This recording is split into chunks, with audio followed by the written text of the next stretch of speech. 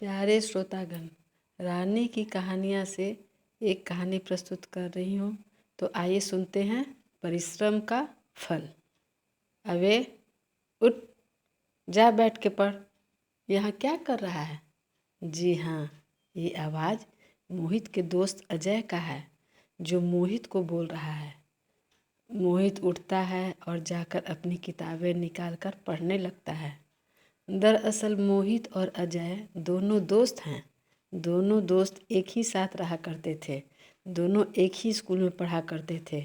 मोहित पढ़ने में काफ़ी अच्छा था, किंतु अजय उतना नहीं जितना कि चाहिए।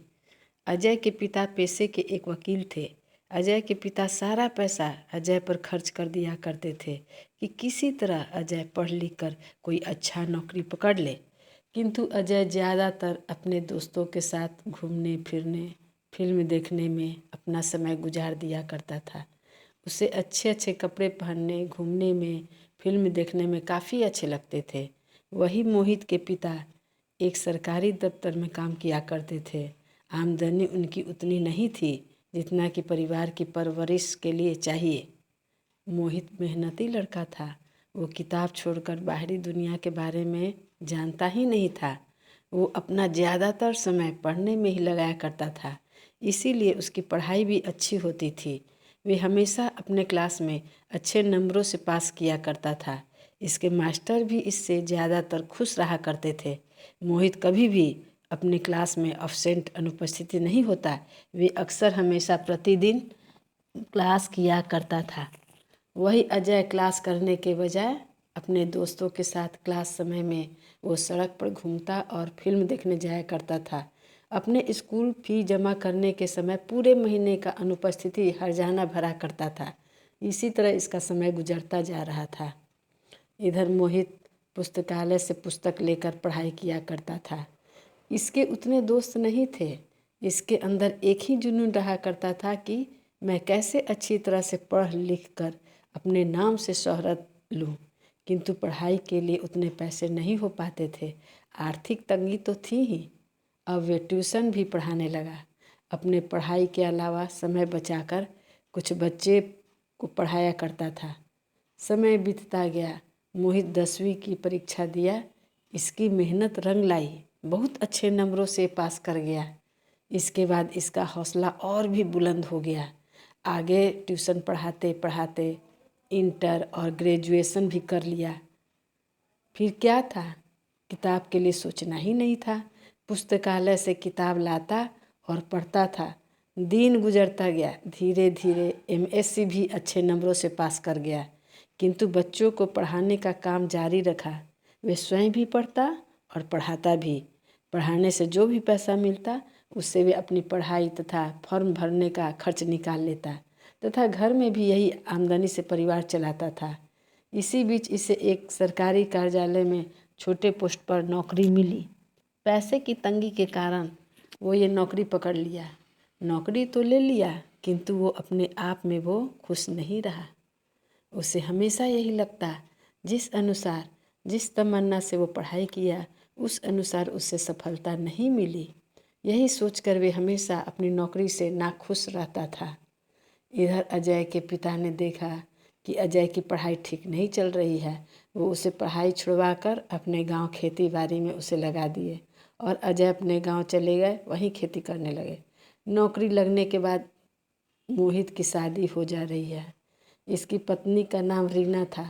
पत्नी भी पढ़ी लिखी शिक्षित थी। शादी के कुछ समय बीतने के बाद रीना समझ गई थी कि उसके पति पढ़ने में काफ़ी अच्छे और मेहनती हैं। इसके साथ रीना को यह भी अनुभव हो रहा था कि वो अपने इस नौकरी से नाखुश रहते हैं। अक्सर मोहित अपनी पत्नी रीना से बोला करते, जिस तरह मैंने पढ़ाई किया वैसा मुझे नौकरी नहीं मिली। मेरी बचपन से ही चाह थी कि मैं खूब अच्छे से मेहनत करूं, पढ़ूं लिखूं और पढ़ लिख कर अच्छे पद पर नौकरी करूं। मैं अपने नाम से अच्छे शोहरत हासिल करूं। किंतु ऐसा मुझे महसूस हो रहा है कि अब मेरी किस्मत में ये सब नहीं है। मोहित हमेशा अपनी किस्मत को कचुटते रहते। किंतु इनकी पत्नी पढ़ी लिखी समझदार थी। वे अक्सर बोला करती, देखिएगा आपकी मेहनत एक दिन रंग लाएगी। इसी तरह समय गुजरता गया। कहा जाता है कि बुरा वक्त आता है तो बोल कर नहीं आता है। मोहित के साथ भी ऐसा ही हुआ। एक दिन की बात है, मोहित अपने कार्यालय से घर अपनी गाड़ी से आ रहे थे। शाम का समय था। अचानक किसी ने इनकी गाड़ी को टक्कर मारा और ये गाड़ी सहित रोड के किनारे धड़ाम से जा गिरे। इनके दाहिने पैर फ्रैक्चर कर गया। अब वे उठ भी नहीं पा रहे थे। तभी कुछ भीड़ जमा हो गई। भीड़ से ही कुछ लोग ऐसे थे कि नज़दीक के अस्पताल ले गए और दवा कराकर पैर में प्लास्टर करवा कर घर पहुंचा दिए। इनके आने के बाद घर पर कुछ भीड़ हो गई थी। सभी को लगा कि ये कैसे हो गया। पैर का प्लास्टर देखते ही इनकी पत्नी रीना के तो होश ही उड़ गए। अब क्या होगा? लेकिन रीना को ईश्वर पर विश्वास था। मोहित जरूर अच्छे हो जाएंगे, पहले जैसे चलने लगेंगे। रीना ईश्वर से हमेशा प्रार्थना करती। 1-2 महीना बीतने के बाद मोहित अपने पैर को धीरे धीरे जमीन पर रखने लगे तथा धीरे धीरे चलने की कोशिश करने लगे। ईश्वर की लीला देखिए। 1 वर्ष पूर्व कमीशन द्वारा वैकेंसी निकला था। मोहित इस फॉर्म को भरे थे और इसी समय परीक्षा की तिथि भी निकल गई। रीना मोहित से बोली, अभी आपका समय मिला हुआ है, आप परीक्षा की तैयारी कीजिए, मैं सभी किताबों की व्यवस्था कर दे रही हूँ। रीना जाकर सिलेबस के अनुसार बाजार से सारी किताबें लाकर मोहित को दे देती है। मोहित पुनः तैयारी में लग जा रहे हैं। कुछ दिन बाद परीक्षा की तिथि भी आ गई। रीना को ऐसा लगा आज ईश्वर भी इनकी परीक्षा ले रहे हैं, किंतु क्या था, किसी तरह पैर को संभालते हुए मोहित परीक्षा हॉल में पहुंच जा रहे हैं। सारा प्रश्नोत्तर देकर ये घर चले आए। रीना को लग रहा था कि आज ईश्वर ने रीना की ही परीक्षा ले रहे हैं, किंतु इसे विश्वास था कि जो भी होगा अच्छा ही होगा। कुछ महीने बीतने के बाद मोहित का रिजल्ट आ ही गया, जिसका उनका वर्षों से इंतजार था। रीना झट ही ईश्वर के पास गई और शुक्रिया अदा की। आज मोहित पूरी तरह से खुश थे, मुस्कुरा रहे थे और अपनी पत्नी को देखे जा रहे थे। रीना भी मुस्कुराते हुए बोली, सब ईश्वर की कृपा है। कुछ दिन बीतने के बाद मोहित को उच्च पद पर नौकरी मिल जा रही है। मोहित जब अपना ज्वाइनिंग एवं पोस्टिंग का कागज़ अपनी पत्नी रीना के हाथों में देते हैं तो उनकी पत्नी रीना के आंखों से खुशी के आंसू गिरने लगते हैं। वो ईश्वर की शुक्रिया अदा करते हुए बोलती हैं, जो परिश्रमी हो, जिसमें कुछ करने की लगन हो, ईश्वर जरूर ही उसकी सहायता करते हैं। जमीन जायदाद धन दौलत मनुष्य छीन सकता है, ले सकता है, किंतु ज्ञान ही एक ऐसा धन है जिसे न कोई चुरा सकता है, न बलपूर्वक छीन सकता है या ले सकता है। यही बात मोहित के साथ हुआ। मोहित अपने जीवन में कभी भी व्यर्थ समय इधर उधर नहीं व्यतीत किए।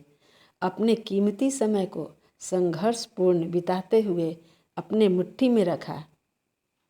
कुछ क्षण बाद रीना मोहित से बोली, आपके वर्षों की तमन्ना ख्वाहिशें ईश्वर ने पूरी की है और आपका किया हुआ मेहनत लगन से ही मिला है आपको परिश्रम का फल। धन्यवाद।